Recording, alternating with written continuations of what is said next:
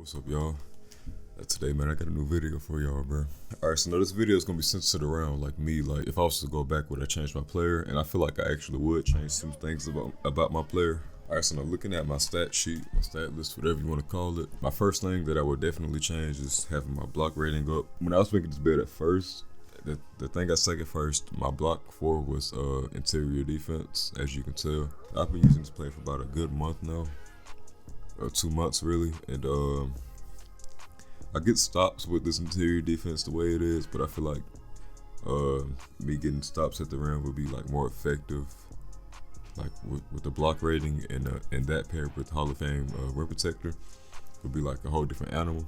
Another thing is Mike Wang, before the game came out, he said your perimeter defense and your interior defense, they both like mesh up and they combine to and that's where your shot contest rating is. But if y'all dug into like the player ratings, and y'all can see that's not true at all. Everybody has like a 65 fucking shot contest or some bullshit like that. But moving on to another thing I would change. Now, in order for me to get a higher ball control, I would need to like lower my wingspan. And just from playing with this build for like 2 months now, I would definitely lower it just because just so I can have my ball control a little bit higher. And the reason I have shot creating takeover is because I wanted to be able to like momentum and have the fast behind the back on the takeover. And if I was to lower my wingspan by like what? My wingspan right now is like an 86.6 or a 2 from max.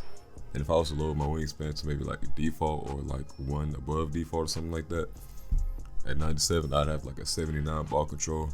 And with that being said, I would just need a couple of shots to have, that new dribble set or whatever you want to call it. And that was the whole reason for me like having shot creating takeover. As you can see at 97, I have a 76 ball control. And shot creating takeover, it gives you a +10 mid and a +10 ball control. And with takeover, I'd have an 86 ball control, thus allowing me to do all those moves like the momentums, behind the backs, the sham goss, all of that. Alright, so looking over everything else, I don't know if I would change anything else. Like my shooting stats have to be the way they are, so I can get my 10 shooting badges. Otherwise, I'll get less than that, so I can't really touch anything in this area at all. My post hook, I don't do none of that, so I don't need that. My driving dunk, I aim for at least a 40 driving dunk, so I can have standing dunks. But you don't need it, because to be honest, it rarely happens because I'm not like under the basket like that for real. So you can probably move those points somewhere else. But if you did that, you wouldn't have 11 finishing badges. But I mean, you can move these however you want. But I'll probably keep it the same. Yeah, and offensive rebounding, man, I don't know if I would go for that. I don't even know if I have the points for that, man. To be honest, like I said, everything else is pretty much set in stone. Like I said, my shooting, I can't touch that. I can't really touch my finisher. Well, I probably could touch my finisher. I could probably take my standing dunk off and probably take this down some. It'll affect my badges. I'll probably end up with like 9 or 10 at that point. But I mean, you could put that towards defense and maybe playmaking, depending on how you play. All right, but with all that being said, this build is still God tier. Even with the way I have it right now, you can do literally anything on the court. When you get takeover with this build, it's a whole different build. I'm telling y'all right now. I get that 86 plus ball control. I start moving like a 6'3" point guard. It's crazy. Like literally, you can do anything. Contact dunks, snag on people, block people, fucking just box people, like everything. I'm telling y'all. My main reason for me wanting to lower the wingspan is that ball control.